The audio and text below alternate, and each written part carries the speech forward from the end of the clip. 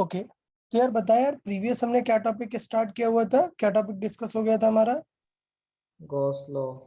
Gauss law. तो यार Gauss law में हमने काफी सारी चीजें बात कर ली थी। गॉस लॉ पे मैंने 2-3 बातें की थी। देखें गॉस लॉ में क्या क्या बातें की थी। क्या इसके दो मेजर फॉर्मूले में डील कर रहे हैं। एक फॉर्मूला क्या है फ्लक्स का, ई डॉट ए। हाँ, ई डॉट ए अगर कांस्टेंट है तो, अदरवाइज इंटीग्रल ई डॉट डी ए। और फिर एक था कि अगर हमने क्लोज लूप लिया है, क्या लिया है, क्लोज लूप को, ऐसा भी शेप का कोई फर्क नहीं पड़ता, तो फ्लक्स टोटल कितना आता है, क्यू अपॉन एप्सिलॉन। तो उन्होंने बताया कि ऐसा करो कि दोनों साइड को इक्वेट कर सकते हैं। तो ई डॉट डी ए को हमने एक सर्किल लगा दिया यहाँ इंटीग्रेशन में, जिससे बोलते हैं क्लोज इंटीग्रल, वो हो जाएगा क्यू इन बाई एप्सिलॉन। ये हो गया गॉस लॉ। इसमें भी क्या होता है कि आपका जो बोर्ड्स में है, अभी नहीं, बोर्ड्स में अभी नहीं, इससे पहले 2020 पे अभी जो सिलेबस चेंज हुआ है उसके पहले बोर्ड्स पे एक टर्म यूज होता है TNEI। इसका मतलब क्या होता है,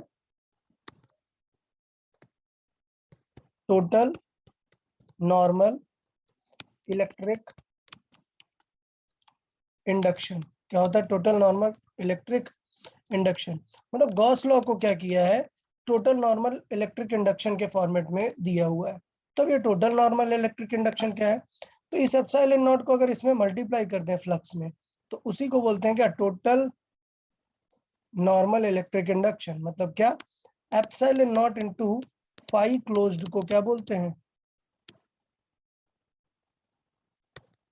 TNEI। क्लियर है या नहीं?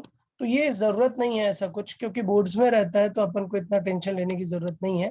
इसका मतलब इसकी वैल्यू क्या हो जाएगी, वैल्यू हो जाएगी epsilon not close integral of E dot D ए। तो दो तरीके से अपन लिख सकते हैं, इसको कुछ खास मतलब नहीं है। बेसिकली इसका मतलब क्या है, क्यू टोटल निकालना। समझा ना? हाँ सर। ठीक है, स्क्रीनशॉट लेके रखें यार इसका। इसे ऐड कर लेंगे कि गॉस लॉ में हमें ये चीजें डिस्कस करनी थी। फिर कल मैंने पूरा आपको ये समझाया कि क्लोज लूप में से कैसे फ्लक्स निकाल सकते हैं, कैसे क्वेश्चन डिस्टॉर्ट कर सकता है फ्लक्स को। याद है सारे?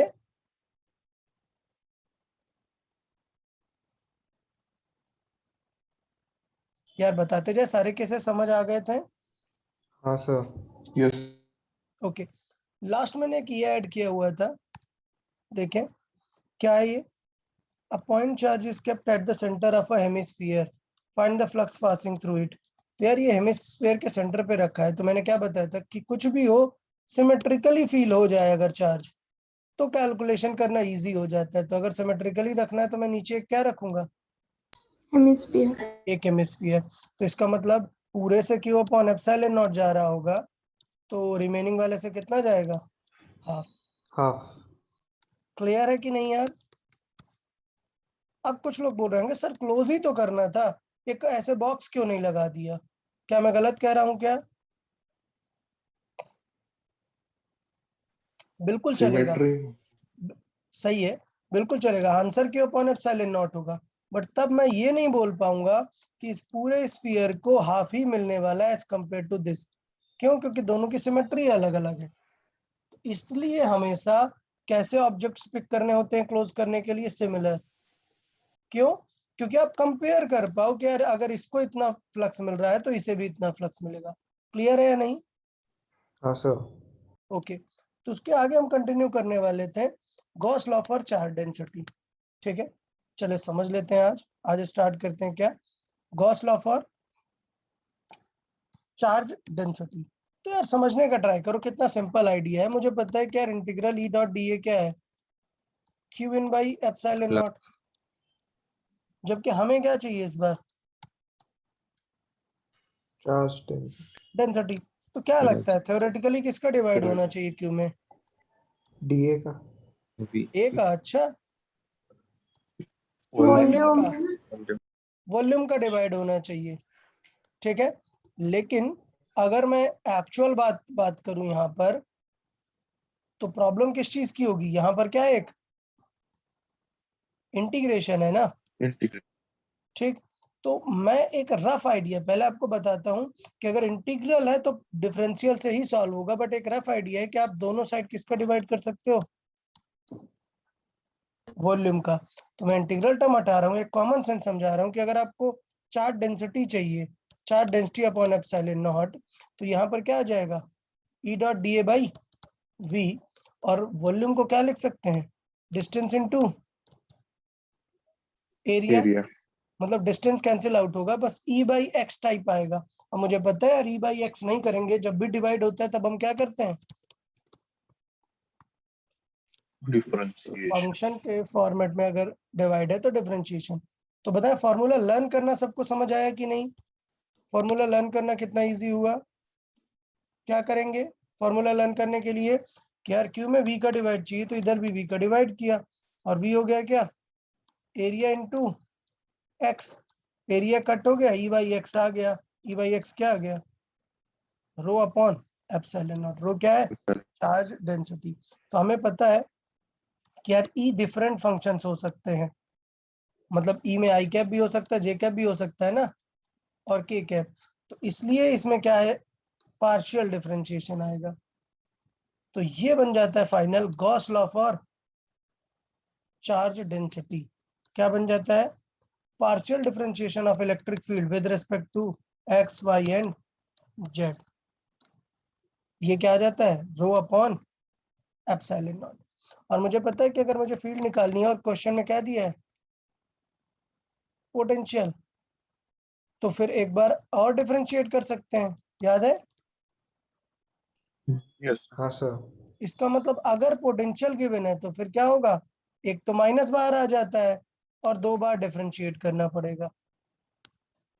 तो ये दो चीजें आपको याद रखनी है। नंबर वन, ये कब काम आएगा, जब लीनियर मतलब वेक्टर वगैरह नहीं दिए, समझा कि नहीं। ये कब काम आएगा, जब वेक्टर फंक्शन कुछ नहीं दिए, तो E by length will be rho by epsilon naught, समझा। जब सब कुछ कांस्टेंट है, जब फंक्शन दिए होगा ई का तो ये, और पोटेंशियल का फंक्शन दिए होगा तो दो बार पार्शियल डिफरेंशिएट करेंगे। क्लियर है या नहीं यार, बताएं Gauss law for charge density. Yes sir. चलिए ठीक है। और देखें एक क्वेश्चन समझते हैं। देखें ये क्वेश्चन दिया हुआ, in a space potential is varying like this where a and b are constant and r is the position। तो देखो यार स्पेस में r पोजीशन है, तो पक्का r क्या है, एक वेक्टर है, एक्स आई कैप वाई जे कैप और प्लस जेड के कैप, ये हो गया पोजीशन वेक्टर। हमें बताना find the electric charge density of space, मतलब जिस स्पेस में पोटेंशियल इस तरीके से वेरी हो रहा है वहां पर हमें को क्या चाहिए, चार्ज डेंसिटी। Charge density. ठीक, तो यार अभी बताओ क्या पोटेंशियल में आप आर वेक्टर यूज कर लोगे क्या, पोटेंशियल में वेक्टर यूज कर दोगे क्या, नहीं। नो अगर फील्ड का फंक्शन होता तो फिर मैं आर वेक्टर यूज करता। पोटेंशियल है तो यहाँ पर आर स्क्वायर मतलब मैग्नीट्यूड यूज कर रहा है, तो इसका मैग्नीट्यूड तो आप जान ही गए ना यार, मैग्नीट्यूड क्या हो जाता है, root of X square plus Y square, square कर दोगे तो वो खत्म, रूट। आंसर क्या आएगा, X square plus Y square plus Z square. बताइए पोटेंशियल का फंक्शन समझ आया है या नहीं। यस अगर Yes, sir. फील्ड होती तो मैं वेक्टर लिखता, पोटेंशियल है तो मैंने वहां पर मैग्नीट्यूड यूज किया हुआ है। अब बताओ यार क्या करना पड़ता है, rho upon epsilon double not, differentiation. Double Double differentiation, Differentiation.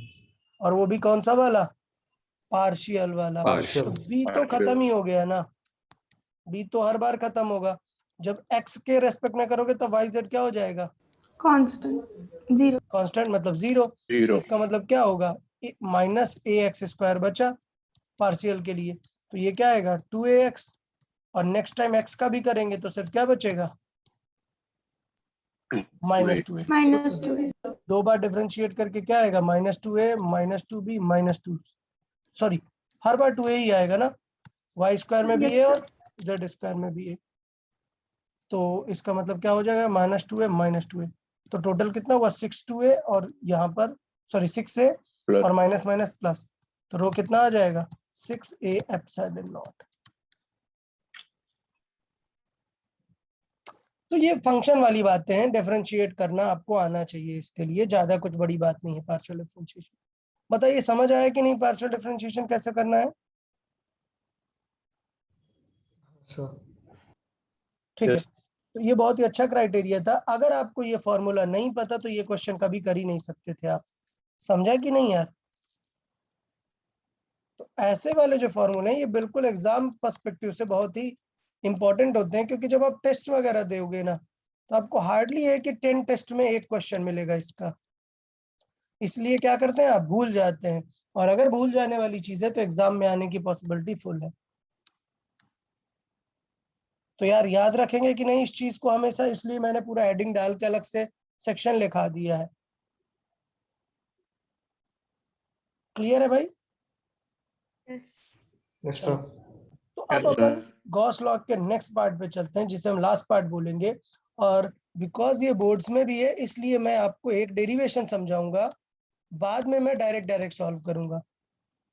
आप सुने, पहले मैं क्या समझाऊंगा आपको, एक डेरिवेशन कैसे लिखते हैं, फिर आपको पूरा मैं डायरेक्ट समझाऊंगा। तो देखें पूछा जाता है calculate the field using the Gauss law. आपको बोर्ड्स में डायरेक्टली क्वेश्चन आता है 2 मार्क्स का कि calculate the field using Gauss law. तो कैसे करते हैं, कोई भी एलिमेंट आपको दे दिया, सपोज क्या दे दिया पहले, पॉइंट चार्ज। अब आपको ये याद रखना है कि पॉइंट चार्ज के लिए गॉसियन सरफेस कैसा लेते हैं, Spherical. स्फेरिकल। स्फेरिकल। तो क्वेश्चन ये अज्यूम करते हैं कि मान लेते हैं पॉइंट चार्ज से हमें आर डिस्टेंस पर क्या निकालना है, फील्ड। तो आर डिस्टेंस पर क्या बना लेते हैं, एक गॉसियन सरफेस। ओके, अब ये बताओ सरफेस का जो एरिया वेक्टर है वो तो ऐसे बाहर ही होगा ना, और प्लस चार्ज Yes, है तो sir. ई वेक्टर भी बाहर। तो चलो अब शुरू करते हैं। हमें क्या लिखना होगा, ये है यूजिंग गॉस लॉ। ये लाइन समझ आई? अब मैंने क्या बताया था, इंटीग्रेट करने से पहले सबसे पहले क्या फाइंड करके रख लेने चाहिए, cos थीटा। तो बताओ इस पूरे केस के लिए, पूरे गॉसियन सरफेस में थीटा क्या होगा, 0 0 degree. तो cos 0 तो 0। हट गया, सही है। अब बताओ इस पूरे सरफेस के लिए क्या ई चेंज होगा क्या, नहीं। नहीं हम सर। सरफेस ही ऐसा ढूंढते हैं कि ई चेंज ना ना हो। हो। तो इंटीग्रेशन से ई भी बाहर आ गया, कॉस तो हट ही गया, और एरिया का इंटीग्रेशन अगर आप स्फेरिकली करोगे तो क्या आएगा, total area. 4 pi 4 pi are square. तो 4 पाई आर स्क्वायर इधर आ गया, देखो ये फॉर्मूला आ गया। कितना सिंपल है कि नहीं? सर वो के क्यू बाय आर स्क्वायर ही लिखा है। वही तो लिखेंगे भाई, वैल्यू थोड़े बदल दोगे, आंसर यही आएगा। बस यूजिंग गॉस लॉ आपको प्रूव करना पड़ता है, 2 मार्क्स के लिए आता है। ओके, हाँ सर। मतलब डेरिवेशन आता है, फिर 1 मार्क का एक क्वेश्चन आता है, वैल्यू रख के सॉल्व कर देना होता है। Okay, yes sir. या फिर आता है explain Gauss law and prove find the electric field of this. तो 1 मार्क का गॉस लॉ होता है और 2 मार्क का वो प्रूव होता है। तो कुछ करना नहीं है, बस यही सब लिख देना होता है। समझा कि नहीं यार? Yes sir. ठीक है, पहला गॉस लॉ का फॉर्मूला लिखना है, दूसरा क्या फाइंड करना है, cos थीटा कॉस थीटा, बाकी फिर एरिया का इंटीग्रेशन, टोटल एरिया लिख देना है। बट इन सबसे ज्यादा इंपॉर्टेंट है क्या चूज करना, Gaussian surface Gaussian Gaussian surface. Surface. चलो बहुत बढ़िया। तो नेक्स्ट फाइंड करते हैं किसको, हॉलो स्फीयर को। जनरली सॉलिड स्फीयर काफी बार बोर्ड्स में पूछा गया है। अपन पहले देखते हैं किसे, हॉलो स्फीयर को। तो हॉलो स्फीयर में 3 क्वेश्चन पूछे जाते हैं, इन, सरफेस एंड आउट। ठीक है, तो अपन 2 फाइंड कर लेते हैं क्या, अगर पॉइंट इन है और अगर पॉइंट आउट है। अब समझो जब इन है और आपने क्या बना, एक गॉसियन सरफेस बना, ये हॉलो स्फीयर है, तो अंदर चार्ज कितना होगा बताओ, 0 0। तो जब क्यू इन ही 0 हो गया तो फर्क नहीं पड़ता कि ये इंटीग्रल क्या सॉल्व हो के आएगा, ई का आंसर क्या आता है 0. 0। तो ये एक दूसरा प्रूफ है ये करने के लिए कि हॉलो स्फीयर के अंदर फील्ड क्या आती है 0। समझ आया या नहीं बताएं यार, बहुत ही सिंपल है यार। Yes, sir. अब आउटसाइड चाहिए तो इसका मतलब आउटसाइड एक गॉसियन सरफेस हो गया। अब क्या होगा, हमने सरफेस ये ऐसा माना है कि cos थीटा क्या है 1, थीटा हर बार क्या आ रहा है 90 डिग्री। बार बार ड्रॉ करके बताऊं क्या कि ये फील्ड बाहर जा रही है, ये एरिया वेक्टर भी बाहर जा रहा है। तो वही मैंने बताया कि एक प्रूफ करने के लिए मैंने बना दिया, बाकी फिगर मैं बार बार नहीं बनाऊंगा। तो पहले लिखेंगे यूजिंग गॉस लॉ ये, फिर अब पूरे स्टेप्स लिखेंगे, मैंने सारे स्टेप्स गायब कर दिए। पहले के स्टेप में लिखेंगे क्या cos 1 हुआ, दूसरे स्टेप में लिखेंगे ई कांस्टेंट होगा तो बाहर आ जाएगा, फिर तीसरे स्टेप में लिखेंगे इंटीग्रल ऑफ डी ए और उसकी वैल्यू क्या आएगी। आप क्या स्फीयर का एरिया लिख रहे हो क्या, नहीं किसका एरिया लिख रहे हैं हम Gaussian, sir. गॉसियन सरफेस का। तो आर बी जो मान लेते हैं बी पॉइंट की डिस्टेंस है, इसलिए फॉर्मूला क्या आ गया के क्यू बाई आर स्क्वायर, ये डिस्टेंस है टोटल सेंटर से। समझा या नहीं। Yes, sir. तो इस बार मैंने पूरी लाइंस नहीं लिखी हैं, बोर्ड्स में आप समझ गए कि 2 मार्क का क्वेश्चन है मतलब 1 पेज लिख देना है। ओके पक्का स्टेप समझ आए, यहाँ पर मैंने क्लियर किए हैं सारे स्टेप्स। Okay Yes. चले अब बहुत ही बढ़िया है क्या सॉलिड स्फीयर, क्या सॉलिड स्फीयर समझते हैं। सॉलिड स्फीयर के अंदर जब चेक करोगे तो ये ऐसे सर्कल क्लोज करोगे तो क्या अंदर चार्ज 0 है क्या, नो नहीं। सर। तो हम कौन सा सॉलिड स्फीयर डिस्कस करते हैं यूनिफॉर्म, मतलब रो क्या है इसका Constant. कांस्टेंट है। अगर कांस्टेंट है तो हम अंदर का चार्ज कैसे निकाल सकते हैं, total charge upon total volume into given value, याद है या नहीं। Yes. और बेटा समझाया था यार, तुम लोग तब भी गलती करते रहते हो यार। अगर रो वेरिएबल है तो क्यों कैसे निकालते हैं बताओ, अगर रो वेरिएबल है तब क्यों कैसे निकालते हैं, स्मॉल क्यू किसी वैल्यू के लिए जो हमें चाहिए। इंटीग्रेट इंटीग्रेट क्या करते हैं बताएं, d q integration of d q, और डी क्यू की वैल्यू कैसे लिखते हैं rho dot d rho dot d v, d v की वैल्यू कैसे लिखते हैं 4 pi are square dot d. Very good. तो आपको ये rho in terms of r दिया होगा, आपको इंटीग्रेट करना है और जहां से जहां तक चाहिए हमें चार्ज, हमें मान लेते हैं 0 टू आर डिस्टेंस चाहिए, तो यहाँ पर 0 टू आर वो लिमिट रखेंगे और क्यू निकल आएगा। समझा कि नहीं, तब आप क्यू ऐसे नहीं निकालेंगे। ओके तो मुझे लगता है वेरिएबल का भी क्लियर है ना सबको। ओके यहाँ के मैंने सारे स्टेप्स स्किप कर दिए हैं, वही चीजें होंगी, ई कांस्टेंट बाहर आ जाएगा और डीए का इंटीग्रेशन क्या आएगा 4 पाई आर स्क्वायर। तो ये आर क्या है, ये डिस्टेंस क्या है, ये स्फीयर की रेडियस है या गॉसियन की, गॉसियन गॉसियन सरफेस की रेडियस है। तो यहाँ से आर क्यूब से ये आर स्क्वायर कट हुआ और एक आर ही बचा। ओके तो हमें ऑलरेडी पता ही है कि अंदर फील्ड कैसी आती है प्रोपोर्शनल। क्लियर ना,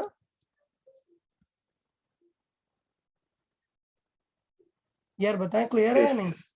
सही है, आउटसाइड के लिए तो टेंशन ही नहीं है, आउटसाइड के लिए क्या हो जाएगा टोटल चार्ज पूरा ही इनसाइड हो जाएगा और 4 पाई आर स्क्वायर, मतलब वही रेगुलर के क्यू बाई आर स्क्वायर। तीनों चीजें समझ आई, point charge, hollow sphere, solid sphere.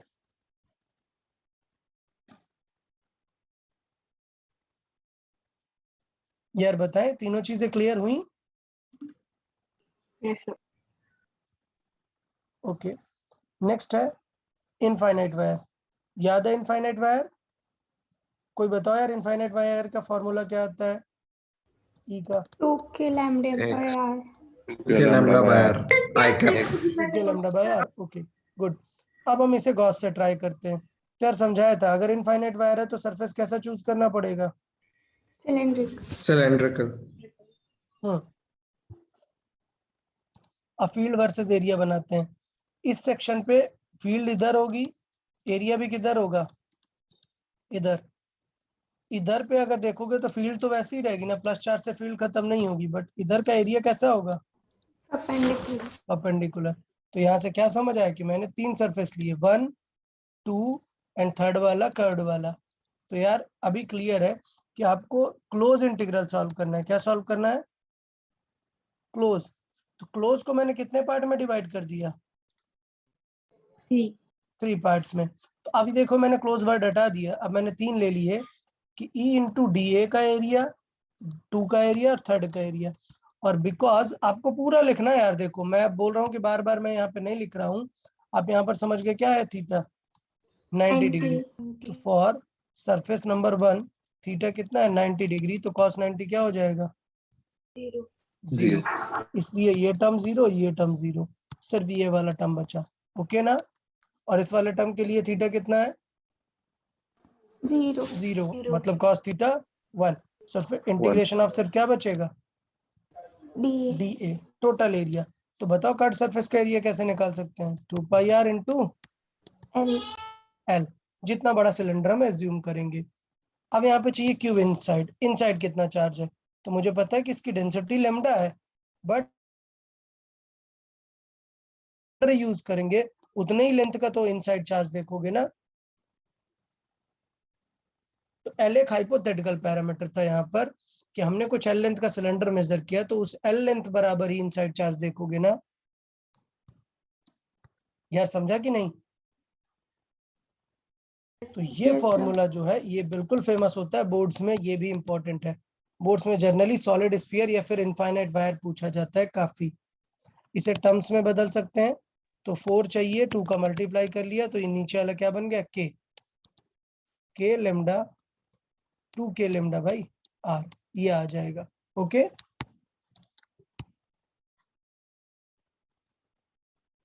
बताइए डेरिवेशन समझा या नहीं यार, बहुत इंपॉर्टेंट सेक्शन थी ये वाली लाइन। मुझे लगता है क्लियर होनी चाहिए तीनों चीजें, क्यों।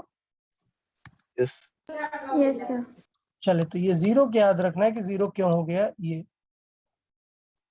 चले, अब हॉलो सिलेंडर की बात करेंगे। तो यार अब मुझे लगता है आप समझ गए, हॉलो के अगर अंदर आपने लिया सरफेस तो इनसाइड चार्ज क्या हो जाएगा, 0। तो अब इतनी मेहनत करनी ही नहीं ना, हॉलो के अंदर फील्ड क्या आएगी हमेशा, 0। अब इसे ध्यान देना पड़ेगा, क्वेश्चंस इस पे काफी ट्रिकी बनेंगे। क्यों, कई बार बोल देता है अ थिक वायर, क्या बोल देता है, अ थिक वायर। अब आप समझ नहीं पाते हो कि पूछा क्या है। एक्चुअली थिक वायर किसका काम करेगा, एक, Solid cylinder. ठीक है। तो आप समझ जाएंगे कि क्या डेटा पूछना चाह रहा है। चलो, आउटसाइड की अगर बात करेंगे तो सिमिलर है यार, कोई चेंजेस होगा क्या, नहीं। आप क्या बना लोगे, कितना, सिलेंडर। तो ये दोनों सरफेस, ये दो सरफेस का तो 0 हो जाएगा ना, हाँ। तो सिर्फ Yeah. कितना आएगा, E इंटू 2 पाई r। अब होता क्या है कि सिलेंडर के केस में आपको क्यू नहीं देता है, क्या देता है, सिग्मा। तो क्यू कैसे निकाल सकते हैं, Sigma into area. ए। तो सिग्मा इंटू ए लिख दिया। अब आप देखें बहुत ही सिंपल सा आ गया फील्ड का फॉर्मूला, क्या, sigma upon epsilon not r by r। Okay, तो ये वाला फॉर्मूला हमने पहले नहीं पढ़ा, इसे गॉस लॉ से ही प्रूव करना सबसे इजी होता है। ओके, तो ये एक नया फॉर्मूला अपनी लिस्ट में ऐड करेंगे, हॉलो और सॉलिड सिलेंडर। ओके, क्लियर है नहीं सबको। सॉलिड सिलेंडर, तो सॉलिड में अब क्यू किस में देगा, रो के फॉर्मेट में। अब वही बात है, अच्छे से समझना, जब मुझे इनसाइड चाहिए होगा तो इनसाइड एक सिलेंडर बनाऊंगा। अब पहली बात एज्यूम करनी पड़ेगी कि रो क्या है, कांस्टेंट। तो बताओ क्यू कैसे निकालेंगे, क्यू इनसाइड कितना है, तो मैं देखूंगा कि टोटल चार्ज कितना है अपॉन पूरा वॉल्यूम इनटू रिक्वायर्ड वॉल्यूम। और अच्छी बात यह है कि इसके केस में जनरली क्या दे देता है आपको, ये रो ही दे देता है, समझा या नहीं? तो आपको सिर्फ किसका मल्टीप्लाई करना पड़ता है, रिक्वायर्ड वॉल्यूम का। ठीक, क्लियर है या नहीं ये चीज? Yes, sir. अच्छा, तो देखा अब आंसर क्या आएगा, E इंटू एरिया क्या आएगा 2πr/L, but density into volume क्या आएगा πr² × L। ठीक है ना? बताएं ये समझा या नहीं? Yes, sir. अब बताओ क्या ये R और ये R सेम है? No, sir. थोड़ा सोचना भी चाहिए इसमें यार, ये वॉल्यूम अपना ही वाला तो लिख रहे हैं ना हम, जो रिक्वायर्ड है। हाँ, तो ये दोनों R क्या है, एक्चुअली सेम है। same. क्लियर? तो एक R कट होगा प्रोपोर्शनल टू क्या आएगा, R। तो इसका मतलब सिमिलरिटी देखिए आप चीजों में। हॉलो स्फीयर में क्या होती है फील्ड, यहां तक 0 और फिर 1/r²। क्लियर है या नहीं? Yes. ठीक है। सॉलिड में क्या होती है, linear then 1/r²। Clear? Cylinder में क्या होती है, सिलेंडर में अंदर 0 लेकिन बाहर 1/r। क्लियर या नहीं? समझा या नहीं बताएं? और सॉलिड में क्या होती है अंदर, Linear. लीनियर, और बाहर 1/r। क्लियर? तो इस तरीके से आपको सिमिलरिटी याद रखनी है। डेरिवेशन में कोई डाउट आया क्या सॉलिड सिलेंडर में, बताएं?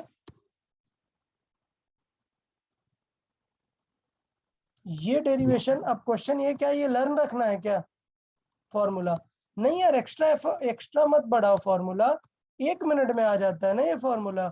सिर्फ E into area is equal to Q/ε0, बस इतना ही तो लिखना होता है ना यार। इससे इजी चीज भी कुछ हो सकती है क्या, बताओ यार तुम लोग?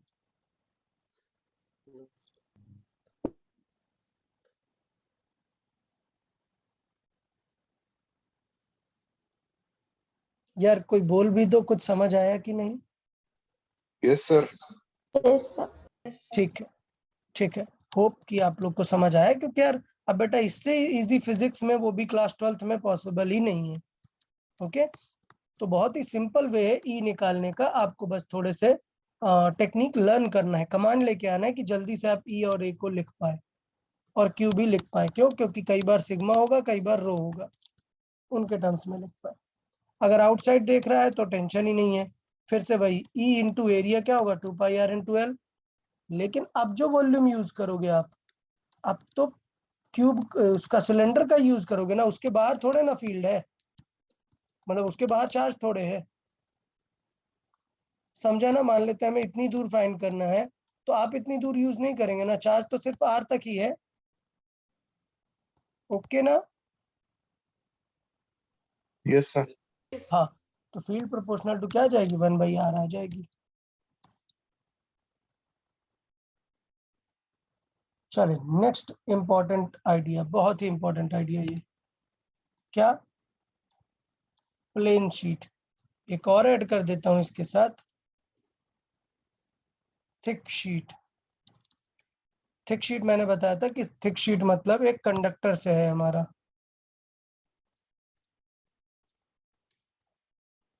देखिए प्लेन शीट को, एक इनफाइनाइट प्लेन शीट को हमने क्या दिया, लेट से एक पॉजिटिव चार्ज दिया। अब हमें क्या निकालना है, हमें निकालना है कि यार इस पॉइंट पर फील्ड बताओ। तो मुझे पता है कि प्लस की वजह से फील्ड किधर होगी, इधर, बट मुझे कुछ ऐसा चाहिए जो इस प्लस चार्ज को कंटेन कर पाए। तो इस केस में, प्लेन शीट के केस में, इस पॉइंट को क्लोज करने के लिए हम क्या यूज करते हैं, गॉसियन सरफेस। Cylinder. सिलेंडर का। ऐसा इसलिए करते हैं क्योंकि इस सरफेस की बात करोगे तो एरिया वेक्टर किधर है इस सरफेस का, ऊपर, और फील्ड तो हमेशा स्ट्रेट। तो बाकी जो कर्व्ड सरफेस है उसका आंसर क्या आ जाएगा, 0। सिर्फ किनका किनका आंसर आएगा देख लेते हैं। ये एरिया वेक्टर है और ये ई है, इधर पर ई किधर होगा, बाहर की तरफ होगा, और एरिया वेक्टर भी बाहर की तरफ। तो क्या आंसर होने वाला है, ये ई डॉट डी ए कितनी बार आ गया हमारे पास, 2 टाइम्स। समझा या नहीं? सर बट अपोजिट है ना। नहीं, अपोजिट हम फ्लक्स लिख रहे हैं यार ये पूरा। इसका मतलब कितना होगा, मान लेते हैं कर्व के नेम दे देते हैं, ये कर्व नंबर 1, ये कर्व नंबर 2 और ये कर्व वाला 3। तो इसका मतलब इसका क्या होगा, 1 + 2 + 3। अभी थोड़ी देर पहले किया था ना सिलेंड्रिकल वायर का। तो इस बार उस बार क्या हुआ था, सिलेंड्रिकल वायर की वजह से 1 और 2 0 हुआ था और रिमेनिंग कौन आया था, 3।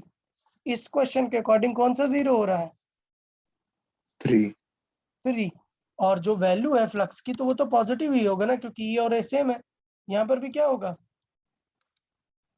पॉजिटिव, क्योंकि ई और ए सेम है। तो ये दोनों ऐड होकर डबल नहीं बना लेंगे। समझा ना? Yes sir. अब एरिया कितना है, πr², जो भी हमने एज्यूम किया, ये प्लेट का एरिया। अब सोचना, आपने जितना बड़ा सरफेस लिया सिर्फ उतने सरफेस का ही तो चार्ज इनसाइड होगा ना। अगर आपको पता है कि इस चार्ज की डेंसिटी सिग्मा है तो क्यू की वैल्यू क्या होगी, सिग्मा इनटू कौन सा एरिया यूज करेंगे, फिर यही वाला एरिया Small तो r यूज वाला। करेंगे ना।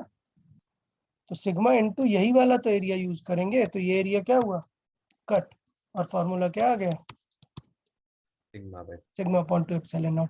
याद है मैंने कहा था कि इस क्वेश्चन का डेरिवेशन हम कहां पर करेंगे, गॉस लॉ में। समझ आया कि नहीं, σ/2ε0 एक थिन शीट की वजह से। Yes sir. Yes. अच्छा, अब क्या होता है जब थिक शीट होती है,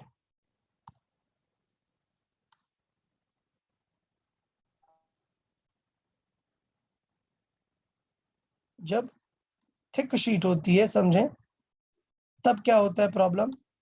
तब प्रॉब्लम ये थिक शीट के साथ कि अगर आप इसे चार्ज दोगे तो एक ही चार्ज नहीं दोनों तरफ चला जाएगा। आप समझ रहे हैं, जब आप इसे क्यू चार्ज दोगे तो पूरा अलग अलग आएगा। इस तरफ भी आएगा एक चार्ज और दूसरा चार्ज इस तरफ भी आएगा। समझा या नहीं? Yes, sir. ये पॉइंट समझ आया?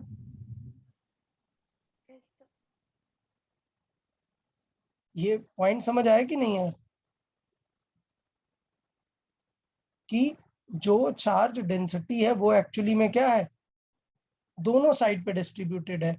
तो इसका मतलब ये हुआ कि जो हम क्यू इनक्लोज्ड देखेंगे, अगर मैं बात करता हूं कि इसकी सरफेस चार्ज डेंसिटी क्या है, सिग्मा है, और जब आप क्यू इनक्लोज्ड इस बार देखने वाले हो, क्या, क्यू इनक्लोज्ड,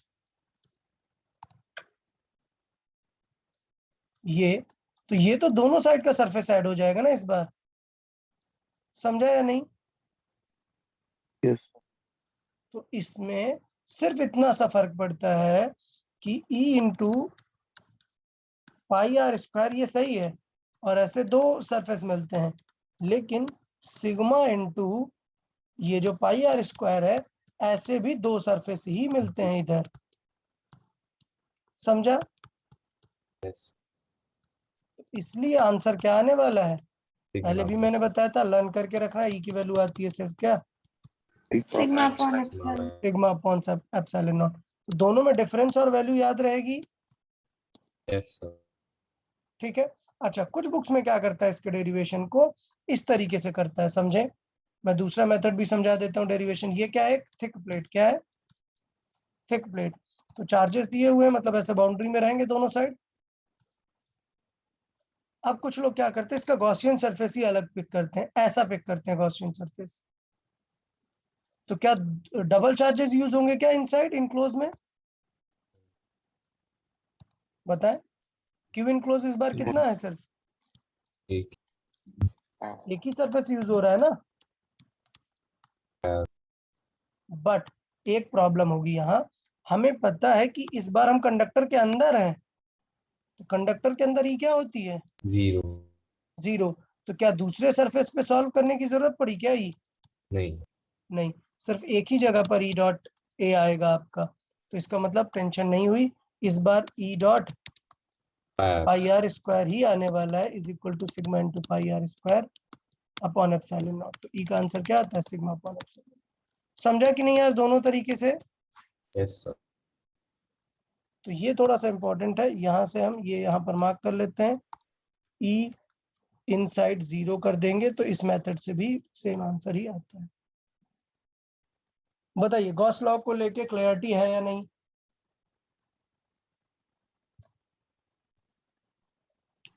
तो ये जो भी आज हमने ई निकालना आपको सिखाया है, ये आपके बोर्ड्स के लिए भी इंपॉर्टेंट है। बोर्ड्स की बुक है ऑलरेडी एडेड है, बट अभी कोई जरूरत नहीं है दिखाने की, ठीक है। तो आप यहाँ से समझ सकते हैं कि बोर्ड्स का जो आपका सिलेबस है वो स्टार्ट ही कहाँ से होता है? गॉस लॉ से। इससे पहले लिख देता है कि सारा कुछ हम कहाँ पर पढ़ चुके हैं? 11th में पढ़ चुके हैं। स्टार्टिंग कहाँ से होती है? सीधा गॉस लॉ से होती है, ठीक है।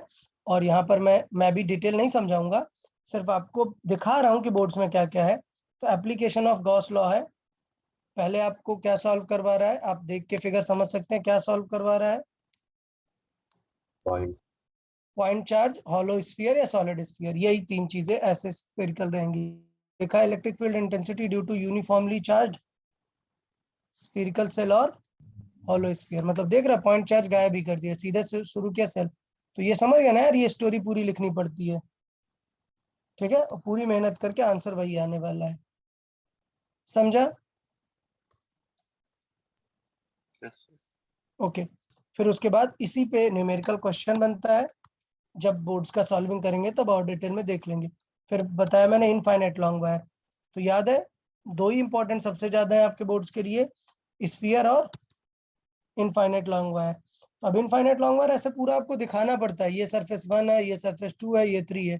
2 और 3 के लिए एंगल 90 डिग्री है, इसलिए 0 होगा, सिर्फ सरफेस इसका आएगा। ओके, क्लियर है या नहीं?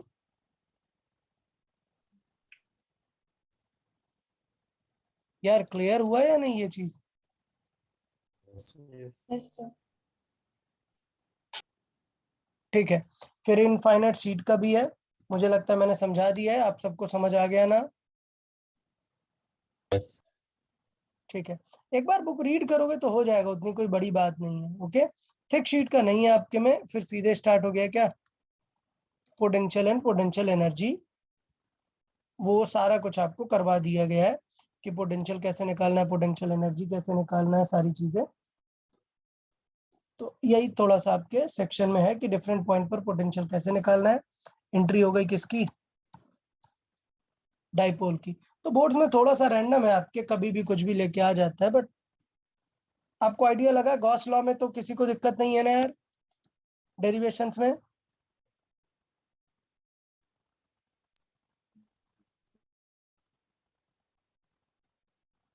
यार बताएं गॉस लॉ में किसी को कोई दिक्कत डेरिवेशंस में? हाँ सर। ओके, चले अपन चैप्टर के नेक्स्ट सेक्शन में चलते हैं, कॉन्सेंट्रिक सेल प्रॉब्लम। तो मैंने दो चीजें बताई थी कॉन्सेंट्रिक सेल प्रॉब्लम में। सबसे इंपॉर्टेंट एक क्या है, आपसे चार्जेस पूछता है, तो आपको क्या आना चाहिए? इंडक्शन आना चाहिए। तो इंडक्शन मैंने बता दिया है ऑलरेडी कि जो सबसे इनसाइड सेल होता है उसका पोटेंशियल क्या होता है? सबसे हाय। ज्यादा होता है। क्यों? क्योंकि आर क्या होता है? सबसे कम कम होता है। तो अगर मैं बात करूं कि ये Q1 चार्ज है, ये Q2 चार्ज है, ये Q3 चार्ज है, तो आफ्टर इंडक्शन क्या दिखेगा? हमेशा इनर वाली सेल्स ही इंडक्शन करेंगी। तो स्टेप नंबर 1 आपको कैसा दिखेगा?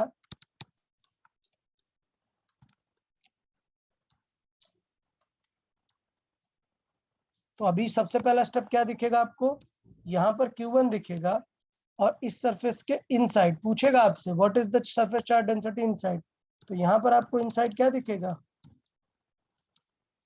-Q1, तो यहाँ पर क्या आ जाएगा, +Q1, यहाँ पर -Q1, यहाँ पर +Q1। समझा या नहीं यार सभी को इंडक्शन?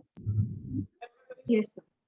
लेकिन अगर मैंने Q1 बोला ही होता कि ये -2Q है, तो फिर ये प्लस होता, ये माइनस होता, ये प्लस होता, ये माइनस, समझा ना? Yes. ठीक है, तो मुझे लगता है चार्ज के आंसर के लिए किसी को कोई डाउट नहीं होना चाहिए, स्टेप 1। बट रिमेनिंग जो चार्ज है वो तो लिखे ही रहेंगे, मतलब Q2 will remain as it is, ये देख रहे हो, और Q3 will remain as it is. कोई डाउट क्या यहाँ तक? No. नहीं, but this is intermediate, this is intermediate, this is not final. Final figure बनेगा जब सारे इनसाइडर वाले का इंडक्शन हो चुका होगा। ओके,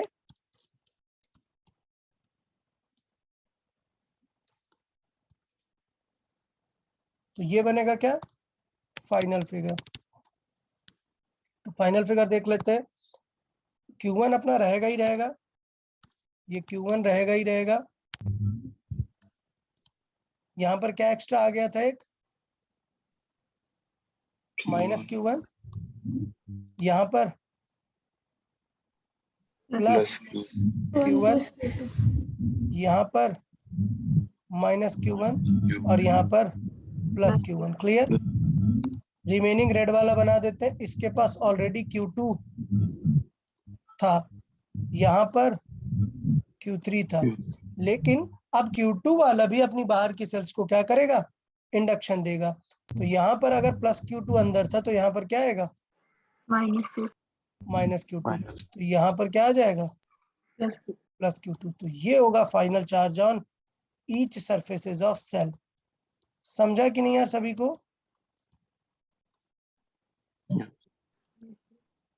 क्लियर है फाइनल? यस ठीक है, तो एक क्वेश्चन तो पूछा जाता है surface charge density at each layer. मुझे लगता है सरफेस चार्ज डेंसिटी क्लियर है। ओके, अब चलते हैं नेक्स्ट इंपॉर्टेंट पॉइंट्स को समझने का ट्राई करेंगे। देखें, नंबर 1, क्या the induced charges never disturb the existing charges, it always sums up algebraically. तो मुझे लगता है ये तो सबको समझ आ गया ना, Yes. एग्जिस्टिंग चार्ज पे कोई फर्क नहीं पड़ेगा, वो वहां रहेगा, एल्जेब्रिकली जो भी वैल्यू होगी इंड्यूस की वो वहां पर लिख देंगे। ओके, नेक्स्ट पॉइंट, जब हम आउटसाइड पर फील्ड या फिर क्या लिखते हैं, Potential. पोटेंशियल, तो जो इंडक्शन वाले चार्जेस हैं वो कभी अकेला तो इंड्यूस होगा नहीं, अगर माइनस इंड्यूस होगा तो सेम चीज का प्लस भी इंड्यूस होगा, तो इंडक्शन वाली फील्ड क्या हो जाया करती है, 0. कैंसिल हो जाती है। कैंसिल इसको थोड़ा सा प्रूव भी कर लेते हैं। मान लेते हैं एक सेल के अंदर क्या रखा है, एक Q चार्ज, पूछा है find the field at A and B, तो डेफिनेटली मैं इंडक्शन करा रहा हूं, अंदर क्या आएगा, Minus. बाहर क्या आएगा, +Q। अब चलो फाइंड करते हैं A पॉइंट पर। तो बताओ A पॉइंट पर फील्ड में बाहर वाले का कुछ फर्क पड़ता है क्या, बाहर वाले की वजह से फील्ड क्या आएगी, 0। सिर्फ फील्ड किसकी वजह से आएगी, Plus +Q। तो आंसर क्या होगा, KQ बाई जितनी डिस्टेंस होगी RA का स्क्वायर। अब लिखते हैं पोटेंशियल। तो पोटेंशियल मैंने बताया कि जो रिंग होती है उसके सरफेस पर जो पोटेंशियल होता है वही पोटेंशियल कहाँ होता है, अंदर हर जगह पर। तो इसका मतलब ये हुआ कि -Q के लिए भी सेम पोटेंशियल होगा, और Plus. तो दोनों का पोटेंशियल क्या हुआ, कैंसिल। तो सिर्फ किसका पोटेंशियल बचा, एक्चुअल जो चार्ज था, मेन चार्ज। ओके ना, आउटसाइड भी करके देख लेते हैं, किस पॉइंट पर, B पॉइंट पर। तो A से तो ये B डिस्टेंस है, बट सोचो ये -Q और +Q दोनों को भी तो सेंटर पे ही फील करेंगे ना, तो दोनों के वजह से सेम आंसर आएगा, एक प्लस और एक माइनस, क्या हो जाएगा? कैंसिल। तो ये दोनों के वजह से फील्ड क्या हुई? कैंसिल आउट होगी। Cancel. सिर्फ किसकी बचेगी? P. इनसाइड चार्जेस की ही बची। तो आइडिया समझ आया कि नहीं? जो इंडक्शन वाले चार्जेस होते हैं उनसे अगर आप डायरेक्टली फील्ड निकालने या पोटेंशियल निकालने जाओगे तो उनका नेट इफेक्ट क्या होता है? 0. चले, अब बात किया थोड़ा सा कुछ और नया समझना। अंदर रखा है एक माइनस चार्ज और बाहर रखा है एक प्लस चार्ज। अब बताओ इंडक्शन क्या होगा? कुछ लोग बोलते हैं इंडक्शन ऐसे भी तो हो सकता है ना, ये माइनस क्यू और ये प्लस क्यू, ऐसे होगा क्या? No sir. नहीं, हमेशा इनर टू आउटवर्ड ही होता है, हायर टू लोअर पोटेंशियल की तरफ। तो इसका मतलब क्या होगा यहाँ पर? Plus Q and minus Q आएगा। बट मैंने बताया कि अब क्वेश्चन पूछेगा फील्ड बताओ, तो क्या बिना मतलब इंडक्शन कंसिडर करने की जरूरत है क्या? नहीं ना, आप डायरेक्टली ही सॉल्व करके लिख सकते हो सारी चीजें, इंडक्शन कंसिडर करने की जरूरत नहीं है, अदरवाइज क्वेश्चन बढ़ जाएगा आपको। तो मैं विदाउट इंडक्शन देखो दिखा देता हूँ आपको। ए पॉइंट पर चाहिए, तो बताओ बाहर वाले चार्ज की फील्ड क्या होगी ए पर? 0. 0, क्योंकि हॉलो है ना। हाँ सर. बट अंदर वाले चार्ज की तो होगी, तो ये आ गई फील्ड। अब बताओ पोटेंशियल क्या होगा? बाहर वाले का प्लस और पूरी डिस्टेंस यूज होगी ना, हाँ सर. क्योंकि सरफेस जितना ही होता है। ये पक्का, ये यार फील वाली बात है। जिसको अभी इस इंस्टेंट पे पोटेंशियल लिखना नहीं समझ आया बता दो, क्योंकि आगे का लेक्चर बिल्कुल नहीं समझ आएगा अगर आपको पोटेंशियल लिखना नहीं आया। तो देखो, अगर मुझे ए पॉइंट पर पोटेंशियल लिखना है तो मैंने बार बार बताया कि सेल के अंदर हर जगह पर पोटेंशियल क्या होता है? और कैसे लिखते हैं? सरफेस जितना, मतलब के Q by R. A point पर हो गया के क्यू बाई आर। और अंदर वाले चार्ज से तो डिस्टेंस देखनी पड़ेगी क्योंकि ये सेल थोड़े है अंदर वाला चार्ज, तो वो हो गया आर ए और नेगेटिव है। डन या नहीं यार, समझा या नहीं? Yes, sir. अच्छा, बी पॉइंट पे लिखनी है तो बी पॉइंट से नेगेटिव की इनवर्ड होगी और पॉजिटिव की आउटवर्ड। और चार्ज हमेशा कहाँ पे कंसिडर करते हैं जब आउटवर्ड फील्ड निकालते हैं?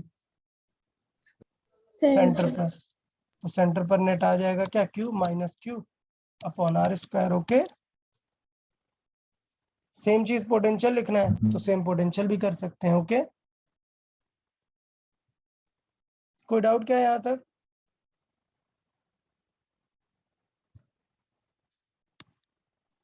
समझा कि नहीं? मतलब फील्ड पोटेंशियल ये सब निकालने के लिए इंडक्शन दिखाने की जरूरत है क्या? फिर से सुनो, फील्ड पोटेंशियल ये सब निकालने के लिए इंडक्शन दिखाने की जरूरत है क्या? No. नहीं, इंडक्शन सिर्फ कब जरूरत पड़ती है? जब आपसे क्या पूछ रहा होता है? Charge. Yes, surface charge density. जब आपसे सिग्मा का क्वेश्चन पूछा जाता है तभी जरूरत पड़ती है, अदरवाइज नहीं पड़ती। नेक्स्ट इंपॉर्टेंट पॉइंट्स देख लेते हैं। अगर मल्टीपल सेल है तो पोटेंशियल कैसे लिखते हैं? तो मुझे लगता है यार समझ गए यार, बार बार लिखने की जरूरत नहीं है। देखो, अंदर वाले सेल को क्या चार्ज दिया? Q1, बाहर को Q2। बताओ अंदर वाले का पोटेंशियल कैसे लिखेंगे? पहले इसका खुद का और बाहर वाले की वजह से क्या रहेगा पूरा अंदर?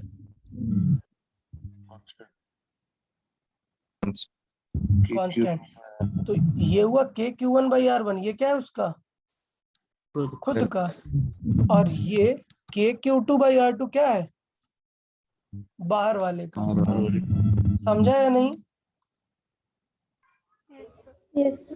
अच्छा, अब जब बाहर वाले का लिखोगे तो बाहर वाले का होगा एक खुद का, बट एक होगा ड्यू टू इनसाइड सेल होगा ना। तो इनसाइड वाली सेल के लिए तो वो कैसा पॉइंट बन गया? Out. एक उसका हुआ खुद का और प्लस एक इनसाइड वाले सेल के लिए डिस्टेंस क्या यूज करोगे? R2। सोचना सही है। अब जरा सोचना कि यार Q1 Q2 की कोई सी भी वैल्यू ले लो, कुछ भी कर लो, R2 is greater than R1 ना। हाँ ये टर्म तो देखो दोनों का सेम है। यस सर अब बताओ इस टर्म में जिसमें R2 का डिवाइड किया है वो स्मॉलर है ना, यस ये क्या है याद स्मॉल। इसका हाँ। मतलब कुछ भी करो, क्यों चाहे कुछ भी रखो, बाहर वाली इसका कंसेंट्रिक सेल का पोटेंशियल हमेशा क्या होता है अंदर वाली से कम, कम। Irrespective of charges. Charge. इसलिए इसलिए जब भी आप ऐसे कनेक्ट करोगे सीधा कहाँ आएगा चार्ज, मतलब मेरे कहने का मतलब कि हमेशा इंडक्शन बाहर की तरफ होगा इसलिए। ओके, ये बताओ पोटेंशियल लिखना भी फाइनल क्लियर हुआ या नहीं। Yes, sir. ओके चले बहुत बढ़िया। नेक्स्ट पार्ट है, ये जो नेक्स्ट 2 और 3 नंबर है, मैं फिर से बोल रहा हूँ, नेक्स्ट जो पॉइंट नंबर 2 और 3 में समझाऊंगा इसे बिल्कुल लर्न कर लो। इतना इंपॉर्टेंट कॉन्सेप्ट है कि अगर आप बुक के सॉल्यूशन के चक्कर में पढ़ोगे ना एकदम खो जाओगे, समझ नहीं आएगा और फिर मुझे स्क्रीनशॉट भेजोगे सर ये क्या किया हुआ है इसने। देखना ही नहीं है, आप सिर्फ किस चीज को देखोगे, आंसर। मैं जैसे बता रहा हूं आप वैसे ही हमेशा सॉल्व करेंगे, विद इन 1 मिनट आंसर आ जाएगा। क्लियर है या नहीं। Yes. ओके, तो नंबर 2 और 3 में दो चीजें पूछी गई हैं। नंबर 2 में बोला गया है सॉर्टिंग और नंबर 3 में समझाया गया है क्या, Earthing. अर्थिंग। तो अगर सेल्स को सॉर्ट किया जा रहा है या अर्थ किया जा रहा है, क्वेश्चन चाहे कुछ भी पूछे, आप प्रोसीजर जैसा मैं कह रहा हूं वैसा ही फॉलो करेंगे, क्योंकि हर क्वेश्चन को सॉल्व करने का तरीका क्या होता है अलग। तो मैं नहीं चाहता कि आप लोग कंफ्यूज हो कि सर ये क्वेश्चन में ऐसा कर दिया, इस क्वेश्चन में ऐसा कर दिया, नहीं। मैं थंब रूल बताऊंगा, थोड़ा टाइम टेकिंग हो सकता है लेकिन आंसर हमेशा हर क्वेश्चन का आ जाएगा। ओके चलते हैं। तो यार आपको जब भी कभी सॉर्टिंग का क्वेश्चन आएगा क्या आएगा, एक रिंग को दूसरे रिंग से क्या किया है, कनेक्ट किया है। समझा या नहीं क्या किया है, एक सेल को दूसरे सेल से कनेक्ट थ्रू कंडक्टिंग वायर, मतलब क्या कर दिया इसने, सॉर्टिंग। किन्हीं दो चीजों को ऐसे कंडक्टिंग वायर से या मेटल से कनेक्ट कर देने को ही क्या बोलते हैं, सॉर्टिंग। अरे ये सुना ना घर का सर्किट शॉर्ट सर्किट हो गया, वो कब होता है जब दोनों फेज की वायर किसी रीजन की वजह से ज्वाइंट हो जाए। अच्छा, तो अब क्वेश्चन आपसे पूछेगा find what charge will remain in the inner shell. Question समझ आया, इसको दिया 5Q और इसको दिया 7Q, कनेक्ट कर दिया वायर से, बताओ इसके पास कितना चार्ज बचेगा। ऐसे कभी भी नहीं सॉल्व करना, हम हमेशा सॉल्व करेंगे कि वायर से कितना चार्ज फ्लो हो गया, मतलब हम क्या निकालेंगे हमेशा, क्या निकालेंगे, Charge. चार्ज फ्लो कितना हो गया। अब अगर सोचो Q की वैल्यू आ गई 3Q, तो बताओ आंसर क्या होगा as per the question, what charge will remain. यार कोई डाउट है क्या अभी,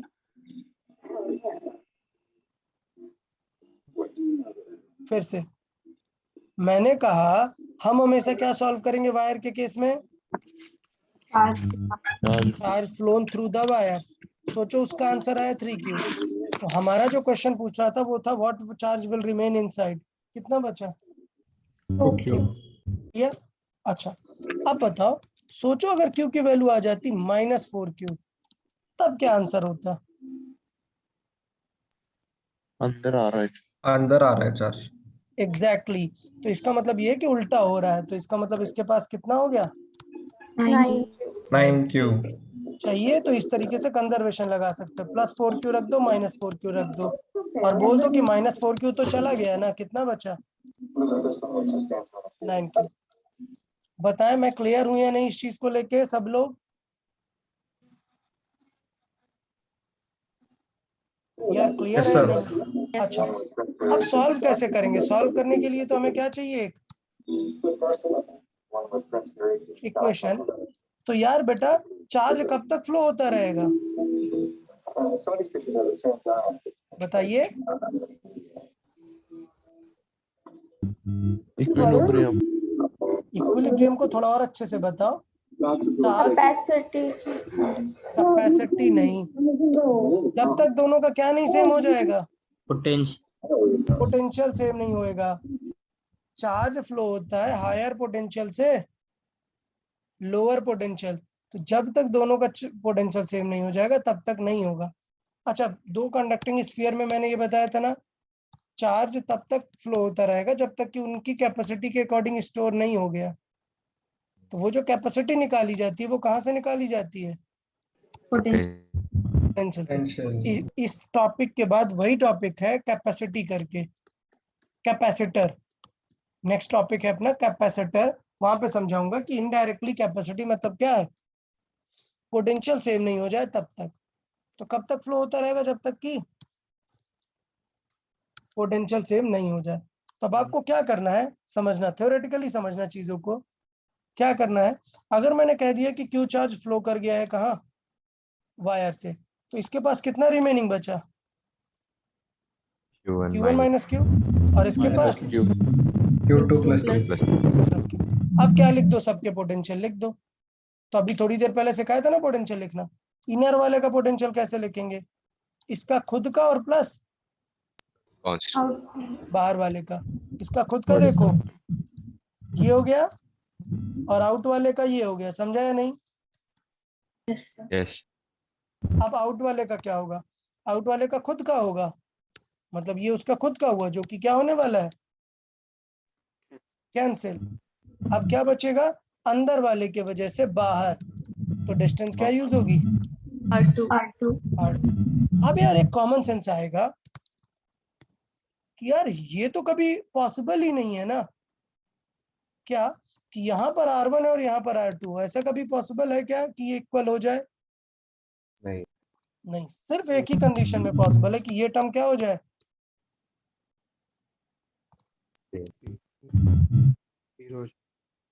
जीरो हो जाए ना, वरना ये तो कट जाएगा और R1 is equal to R2 आ जाएगा। ऐसा पॉसिबल है क्या? नहीं। तो ये क्वेश्चन कब होगी? जब ये चार्ज किसके बराबर हो जाए? जीरो। मतलब कितना चार्ज फ्लो हो गया? पूरा. पूरा चार्ज, एग्जैक्टली। तो ये हम यार लर्न कर लेंगे क्या? एकदम डायरेक्ट क्वेश्चन मैं बता रहा हूँ, एग्जाम में बिल्कुल ऐसे क्वेश्चंस आपको देखने को मिलते हैं और आप सॉल्व करते रह जाते हैं। नहीं, आपको लर्न करना है ये स्टेटमेंट। क्या? रीड करें।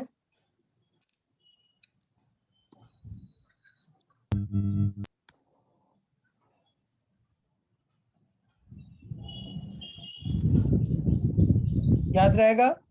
Yes, sir. ठीक है, तो मैंने क्वेश्चन दिया, -2q चार्ज है, +5q है। Find the charge on the outer shell when it is connected by wire. बताओ कितना होगा?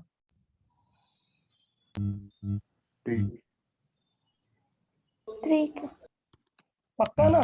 समझ आ गया? क्या सॉल्व करने की जरूरत है क्या? क्यू लिख के और पूरा सॉल्व करने की जरूरत है? Yes, sir. नहीं, बट 3 सेल प्रॉब्लम में करनी पड़ेगी। ओके, बट 2 सेल में कोई दिक्कत नहीं है। डन। सॉर्टिंग समझ में आया कैसे सॉल्व करते हैं, और एक स्पेशल पॉइंट भी समझ आया? Yes.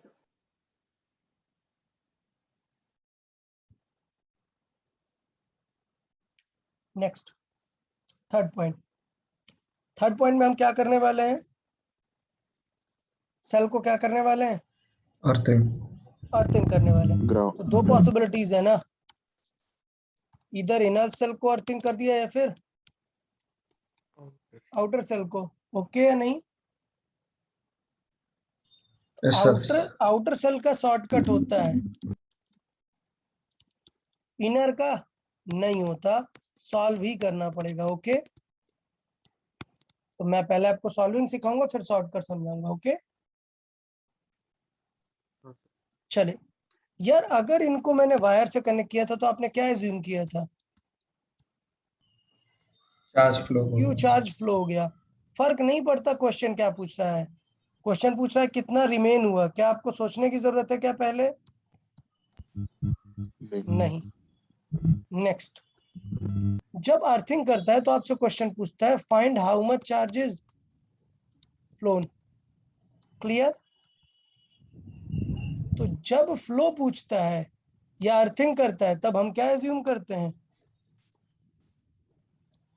Remain Q. Remain Q. दोनों में डिफरेंस समझ आए कि कैसे सॉल्व करना है। हमेशा वायर से कंडक्ट करेगा तो क्या एज्यूम करना है? Charge flow. चार्ज और फ्लो। क्यू। और अगर अर्थिंग करेगा तो क्या एज्यूम करना है? Remaining Q. Remaining. Remaining Q. Number 2, जब वायर कनेक्ट करेगा तब इक्वेशन क्या यूज करनी है? V equal to V2। Potential से। और जब शॉर्ट करेगा, सॉरी शॉर्ट हो गया, जब अर्थ करेगा तब क्या इक्वेशन बनेगी बताओ? अर्थ करने से क्या हो जाता है इसका पोटेंशियल? जीरो। क्योंकि अर्थ के कंपेयर पे किसी और का पोटेंशियल इतना ज्यादा है ही नहीं। पूरी कैपेसिटी अर्थ को ही मिल जाएगी, पूरा चार्ज अर्थ को ही चला जाएगा। तो these are the solving equations. तो चलो समरी सुन लेते हैं, पूरे इसकी समरी सुन लेते हैं स्टेप वाइज। नंबर 1, जब शॉर्ट करता है, वायर यूज करता है, तब बताएं क्या करना होता है? फ्लोन को Potential. क्लोजन करेंगे। Charge flown is Q. Yes, assume charge phloem वो क्यू है। और फिर इक्वेशन क्या यूज करते हैं? पोटेंशियल 1 से equal to V2। Potential equate करते हैं। और जब अर्थिंग करेगा तब क्या करते हैं भाई? Remaining. Remaining q Yes. Assume करेंगे। Assume remain charge q. और क्या कर देते हैं इक्वेशन में? उसका potential Is equal to zero कर देते हैं। अच्छा, एक चीज नहीं समझ आई, कभी कभी जब आपने एज्यूम चार्ज फ्लोन किया है और पूछ लिया आपसे रिमेन, तो कैसे निकालेंगे? तो सोचो +2Q था और मैंने बोला कि सॉरी +5Q था, मैंने बोला कि 2Q चला गया, बताओ कितना रिमेन हुआ? 3Q। 3Q। 3Q। मतलब आप कर रहे हैं real minus phloem charge small Q. Clear? तो अगर रियल चार्ज 5Q और मैं बोलूं कि फ्लो कर गया -2Q, तो आप समझ गए आंसर क्या आ जाएगा? 7Q। है या नहीं? रिमेनिंग बचेगा कितना? 7Q। यहां पर देखिए रिमेन दिया है तो आपसे पूछता है क्या? Charge phloem. क्या पूछता है? Charge phloem into the earth. तो बताओ क्या होगा? समझना, 5Q था, ठीक, और अभी कितना बचा? 2Q बचा। बताओ कितना फ्लो कर गया? 3Q। 3Q। अब देखना, 5Q था, -2Q बचा, बताओ। -7। नहीं नहीं, फिर से देखे, अगर 5Q था और रिमेन 2Q आया तो टूवर्ड्स द अर्थ कितना फ्लो हो गया?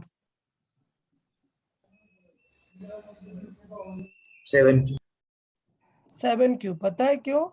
क्योंकि यहाँ पर -7Q लिखोगे और +7Q लिखोगे, तो ये -7 और 5 मिलके कितना बनाया?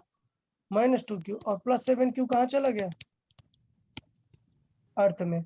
बट रियल में क्या +Q जा सकता है क्या? नहीं। तो डेफिनेटली इसका मतलब हुआ electron of 7Q charge will come from the earth to that object. Okay, but tension लेने वाली बात कुछ नहीं है, आप समझ गए आंसर क्या हो जाएगा? Real charge minus final. Okay, ये हो गया क्या? अर्थ में फ्लो किया हुआ। और अगर फ्रॉम अर्थ पूछेगा तो फिर हो जाएगा फाइनल माइनस रियल। या फिर आप समझ जाओ, इतना याद करने की जरूरत नहीं, नेगेटिव कर देना उस चीज को। Okay, done. अच्छा, अब मैं बता रहा था अर्थिंग का शॉर्टकट। अगर किसको अर्थ किया हुआ है, किसे अर्थ किया है? Outer shell. Outer most, then total charge flown into the earth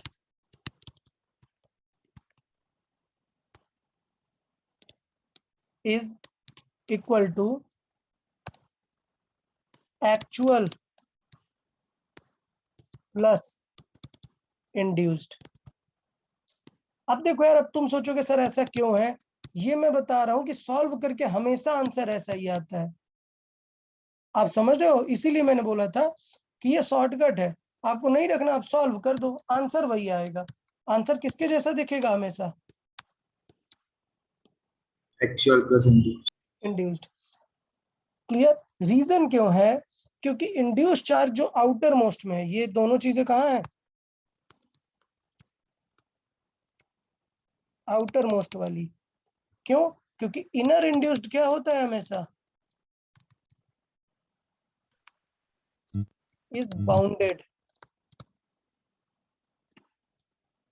inner induced is bounded.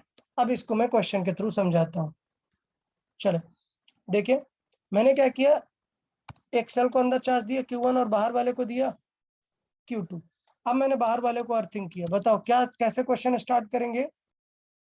In place of Q2 क्या एज्यूम करेंगे? Remaining. मीनिंग कितना बचा? Q। और अब क्या लिखेंगे उसका पोटेंशियल? 0। तो बताओ बाहर वाले का पोटेंशियल कैसे लिखेंगे? एक तो होगा उसका खुद का, समझा या नहीं यार? और एक होगा अंदर वाले की वजह से बाहर इस पॉइंट पर। यार ये समझा या नहीं बताएं? Yes. क्या वैल्यू आ गई Q की? Minus. माइनस Q1 आ गई। समझ आया या नहीं? तो फाइनली आपको फिगर कैसा दिख रहा होगा? ऐसा दिख रहा होगा, ये तो प्लस Q1 है और यहाँ पर कितना बचा? Minus. Minus Q1। इसका मतलब कितना चार्ज अंदर फ्लो कर गया बताओ? पहले था Q2, Q2 plus Q1। समझ आ गया क्या सबको? इसका मतलब ये है कि अगर यहाँ पर माइनस बचा है तो इसका मतलब पहले था Q2, मैंने क्या किया, एक प्लस Q1 और माइनस Q1, तो माइनस रिमेनिंग आ गया, तो इसका मतलब कितना फ्लो कर गया? Q2 plus. Q1 plus Q1 plus Q2 flow कर गया। और अगर क्वेश्चन में पूछेगा तो बोलेगा इतने अमाउंट के इलेक्ट्रॉन्स ऊपर आ गए। यहाँ तक कोई डाउट क्या? तो charge phloem through the wire अगर पूछेगा तो मैंने पहले भी बताया, इनिशियल वैल्यू माइनस वो चार्ज फ्लोन, आंसर आ जाएगा।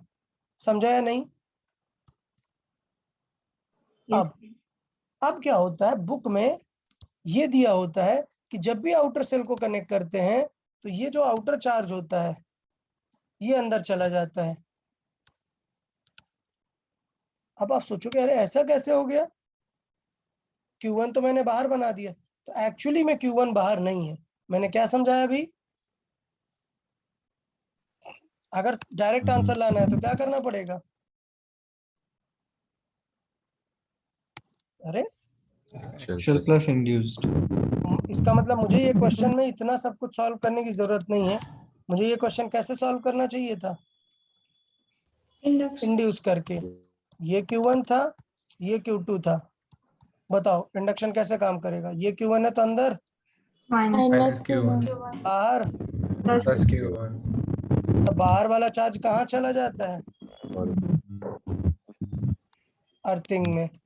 और ये Q1 एक्चुअली इनसाइड है। और क्यों इनसाइड है ये? क्योंकि वो बाउंडेड है। क्योंकि बाउंडेड है। किसके साथ बाउंडेड है वो? इस प्लस वाले के साथ। Plus Q1. आइडिया क्लियर है या नहीं?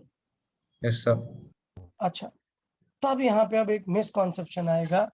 बताओ क्या होगा अगर मैं अर्थिंग अंदर तरफ से करूं, तब बताओ चार्ज फ्लो क्या होगा?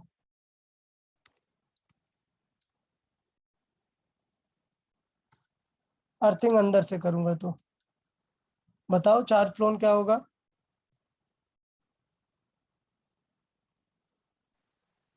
वही होगा ना। Q1 plus Q2. इस सॉल्विंग में कोई फर्क पड़ता है क्या कि अंदर से कनेक्ट कर रहे हो या बाहर से? नहीं सर। नहीं, ये कंडक्टिंग लेयर है तो चार्ज इसे जो भी फ्री मिलेगा वो तुरंत अर्थ में चला जाएगा, बट ये Q1 तो बाउंड है ना, ये फ्री नहीं है, ये नहीं जा पाएगा, तो कौन वाला चार्ज ही जाएगा? Q1 plus Outer one. Q1 plus बाहर वाला। ये एक मिसकॉन्सेप्शन हुआ करता है, इसको हम क्लियर करना चाहते हैं। क्या मिसकॉन्सेप्शन रहता है कि ये जो बाहर चार्ज आता है वो अंदर जाता है, इसका मतलब अगर मैं इनर कर दूंगा तो कौन सा वाला चार्ज चला जाएगा? Q1 वाला। ऐसा होगा क्या? हाँ सर। नहीं, चाहे बाहर से कनेक्ट करो या अंदर से कनेक्ट करो, जो इंड्यूस चार्जेस आउटर मोस्ट में आता है वही वाला ही जाता है अर्थ में। समझा या नहीं? हाँ सर। Yes. तो एक क्वेश्चन करें पूरा डिटेल से एकदम। चले सर। एक क्वेश्चन कर लेते हैं, समझ लेते हैं। R 2R Q 2Q। चले कर लेते हैं क्वेश्चन। देखें, दो सेल बना दिए हैं और कितने कितने चार्जेस दे दिए हमने इन्हें। इसको Q दे दिया और इसको Okay. 2Q। इसकी रेडियस R, इसकी रेडियस 2R। पहले वाले को बोल देते हैं A और इसको बोलते हैं B। अब देखो क्या क्या फाइंड करना है, आप लोग जल्दी जल्दी आंसर करेंगे। ठीक है, सब लोग जल्दी से लिख low potential on A and B। एक स्टूडेंट बताता जाएगा वो बेटर रहेगा, मुझे लग रहा है। ये तुम लोग लिख लो बेटर रहेगा। चलो सब लोग सॉल्व करो। A और B के पोटेंशियल लिखो, जल्दी से लिखो सब लोग, साथ में आप लोग लिखते जाओ, बेटर रहेगा।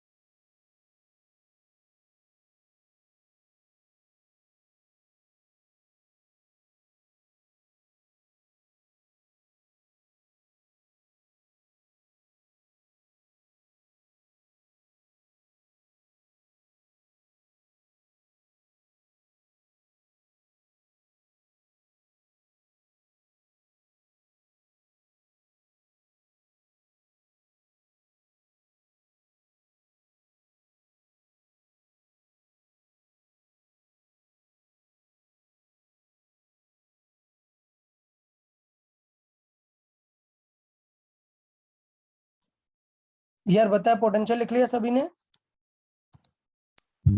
Yes, sir. चलो A का पोटेंशियल कैसे लिखेंगे?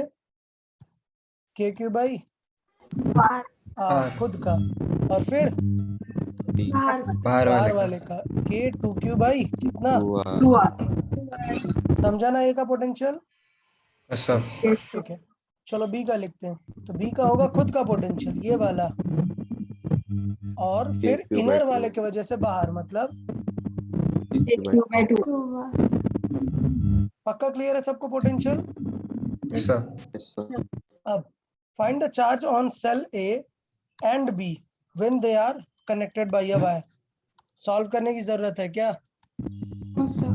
नहीं, दो सेल के केस में हमेशा क्या होगा? A का पूरा 0. चार्ज फ्लो होगा। पूरा चार्ज फ्लो होगा। तो A का 0 और इसका 3Q. ठीक है। चले बहुत बढ़िया। थर्ड बताएं।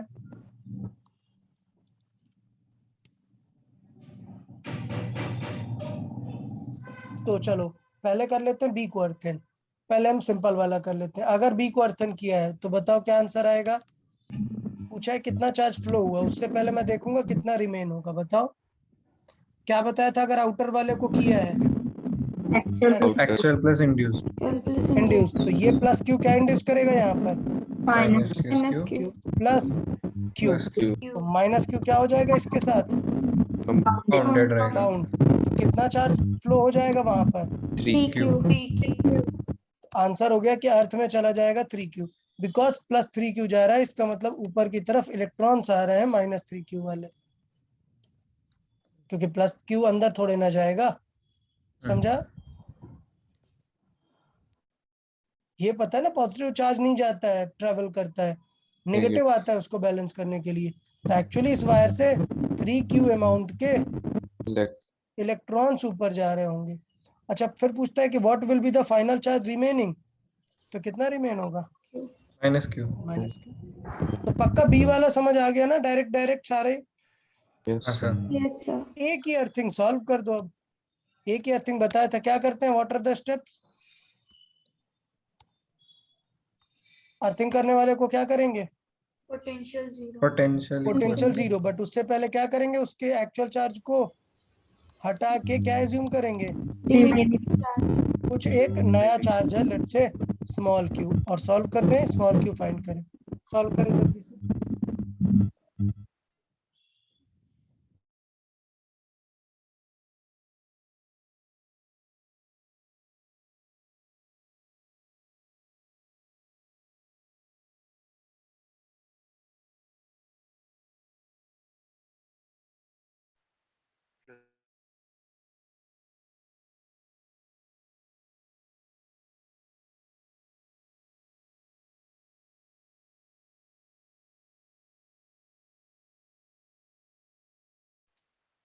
Minus Q remaining.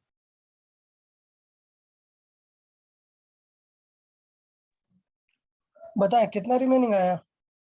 Minus Q. तो पहले लिखेंगे के क्यू बाई आर, इसका खुद का पोटेंशियल, और बाहर वाले का 2k बाई 2R। 2r, तो ये कट हुआ, क्या आ गया, माइनस क्यू रिमेनिंग है। माइनस क्यू रिमेनिंग है, इसका मतलब कितना अर्थ में चला गया। अगर मुझे यहाँ माइनस क्यू बचाना है तो मुझे क्या करना पड़ेगा सिस्टम में, प्लस ऐसे क्यू बैलेंस करूंगा, प्लस क्यू माइनस क्यू, और Minus माइनस Q। क्यू को अगर रिमेनिंग रखूंगा तो कितना चार्ज गया, प्लस 2Q। Plus 2Q। या इसे मैं ऐसे भी डील कर सकता था कि क्यू चार्ज था और कितना फ्लो हो गया, क्यू फ्लो हो गया, मतलब रिमेनिंग कितना आया, 2Q। ठीक है। तो मुझे लगता है टू सेल प्रॉब्लम समझ आ गया यार सभी को, पक्का ना।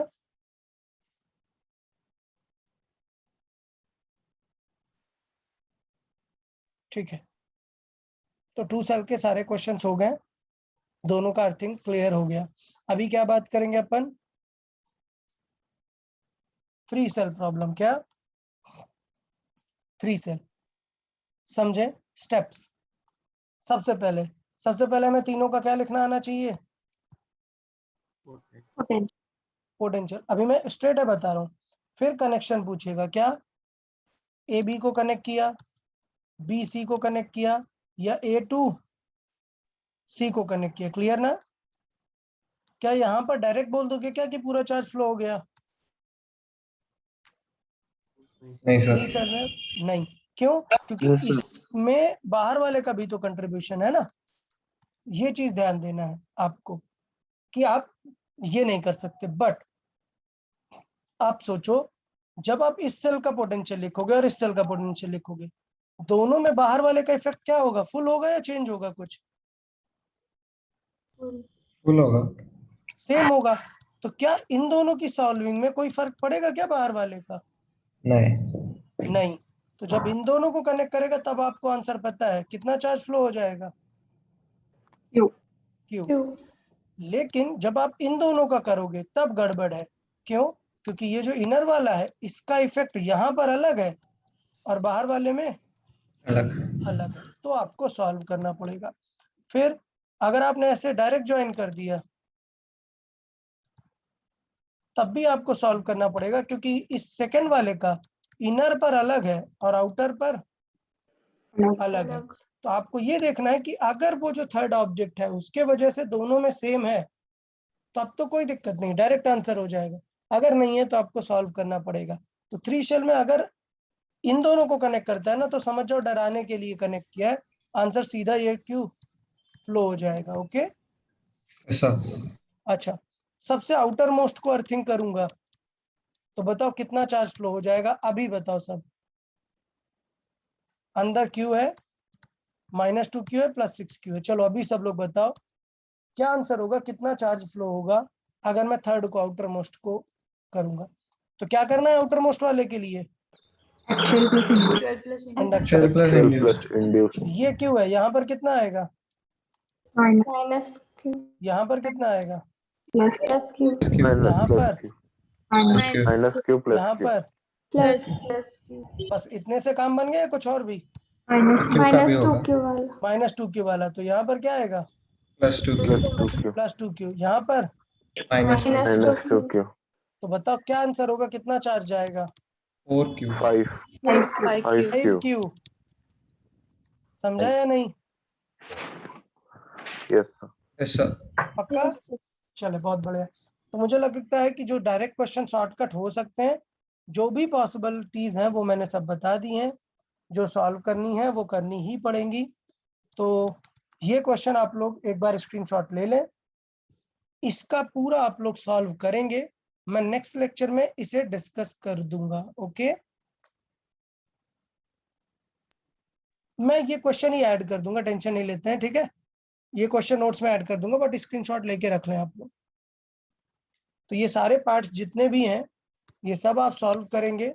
मेथडोलॉजी मैंने प्रीवियसली एक्सप्लेन कर दी है, ठीक है। तो इसे कल के लेक्चर में अपन कवर कर देंगे। प्रैक्टिस शीट ऑफ कोर्स आप लोगों ने ट्राई की होगी, आफ्टरनून आज हम डिस्कस करने वाले हैं। ओके, तो वो abc इनसाइड से है क्या name A B C direct तीनों, ए को बी से कनेक्ट किया और बी को सी से कनेक्ट किया। तो अब बताओ क्या मुझे इसमें पूरा सॉल्व करने की जरूरत पड़नी चाहिए क्या, सोचो जब ए से बी को कनेक्ट किया होगा तब क्या हुआ होगा, सारा plus Q चला गया. पूरा क्यों चला गया होगा, इधर आ गया होगा। तो इसका मतलब ये सेल का काम ही खत्म हो गया ना। तो इसका मतलब अब क्या होने वाला है, minus बताओ q इसके पास कितना बचा, Minus -q। तो यहाँ पर फाइनली कितना आने वाला है टोटल, 5q 5Q. क्लियर। तो अंदर वाली वायर से क्यू फ्लो करेगा, फिर नेक्स्ट बाहर वाली वायर से minus -q फ्लो करेगा, और अंदर इन दोनों सेल में क्या बचेगा 0। ओके, 0 ठीक है। चले कोई टेंशन वाली बात नहीं है, गॉस लॉ तक मेन है। ये जो कंसेंट्रिक स्लेट सेल और पैरेलल प्लेट के क्वेश्चन है ये अपन नेक्स्ट उसमें एक्सप्लेन कर देंगे। अच्छा, अभी जो क्वेश्चंस हैं ये वाले जो क्वेश्चंस है ये टेस्ट में नहीं आएंगे, सेल कनेक्शन और ये एक्चुअली कहां पर पूछे जाते हैं, कहां पर पूछे जाते हैं, Okay. कैपेसिटर। बट एक्चुअली इनमें इन सबको बिना कैपेसिटर का लॉजिक यूज किए सॉल्व किया जा सकता है, सिर्फ क्या लॉजिक यूज करके, Potential. पोटेंशियल। इसलिए आप लोगों ने देखा होगा क्या कि जो एनसीईआरटी है उसमें चैप्टर का नेम ही ऐसे दिया है, पोटेंशियल एंड कैपेसिटर, ठीक है। तो ये सारे क्वेश्चन पोटेंशियल से हो जाते हैं, इसलिए मैं पहले ही एक्सप्लेन करूंगा, कैपेसिटर हम अलग से स्टडी करेंगे। ओके, चले तो शीट सॉल्विंग कर लें, डीसी पांडे सब लोग सॉल्विंग कर लें, शीट अपन आज आफ्टरनून डिस्कस करते हैं। ये क्वेश्चन सब लोग सॉल्व कर लेंगे कल इसे, और बाकी प्रॉब्लम डिस्कस कर लेंगे, ठीक है ना। Yes, sir. चलो okay then, bye bye everyone, Yes, sir. Bye bye, bye bye all of you. by sir Bye, sir.